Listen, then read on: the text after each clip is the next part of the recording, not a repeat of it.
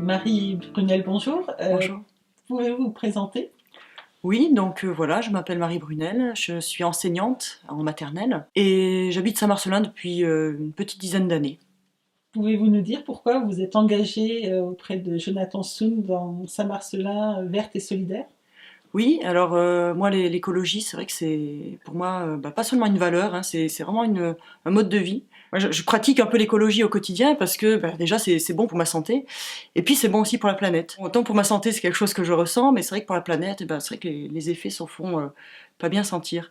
Alors, porter ces valeurs à l'échelon municipal, ça peut être une façon de faire bouger un peu les choses, et surtout aujourd'hui où les grands défis environnementaux nous guettent et attendent des réponses concrètes. Vous souhaitez nous parler de l'habitat et du cœur de ville de Saint-Marcelin. Que pouvez-vous nous en dire? Oui, alors je me suis rendu compte au cours de la campagne que l'habitat, c'est vraiment, enfin surtout le centre-ville de Saint-Marcelin, c'est vraiment une thématique qui revient beaucoup auprès des habitants.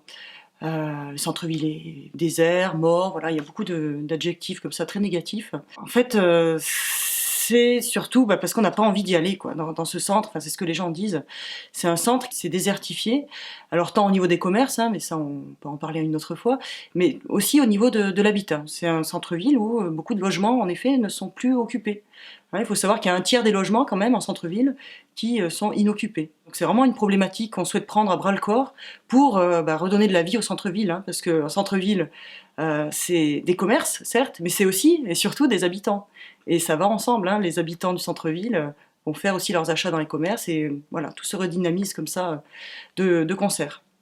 Et donc, pourquoi il y a autant de logements vacants au centre-ville et que proposez-vous? Alors autant de logements vacants, ça s'explique par plusieurs raisons, hein. Déjà, les logements sont pour la plupart vétustes, ils ne satisfont plus aux critères un peu de confort d'aujourd'hui. Cela s'explique parce que beaucoup de propriétaires en fait ont des revenus modestes et donc ne peuvent pas investir dans de la rénovation. Donc nous, ce qu'on compte faire, hein, c'est la deuxième partie de votre question, c'est soutenir les propriétaires pour rénover les habitations. Et pour cela, il y a une étude qui a été faite, qui s'appelle l'ORT, hein, l'opération de revitalisation du territoire, qui prévoit des moyens financiers pour réhabiliter les logements, et donc pour aider les propriétaires à rendre leurs logements plus agréables et donc plus habitables. Donc, réhabiliter, c'est bien, mais il faudrait peut-être construire de nouveaux logements. Que proposez-vous? Oui, en effet, hein, le manque d'habitants à Saint-Marcelin s'explique aussi par le manque d'offres en matière de logement. Nous, on a pensé, bien sûr, à des nouvelles constructions, mais comme notre liste s'appelle Saint-Marcelin verte et solidaire, on souhaite être vigilant à l'artificialisation en fait des sols, vigilant aux nouvelles constructions. Donc, par exemple, on souhaite préserver les espaces verts qui sont encore présents à Saint-Marcelin, et puis construire surtout dans des endroits en ville, donc déjà des endroits denses en habitat, dans ce qu'on appelle les dents creuses en ville. Alors c'est le nom que donnent les urbanistes à ces endroits où il faudrait construire, où il y a de la place, des petits espaces à construire. Donc d'une part, on va intensifier les constructions dans ces zones-là.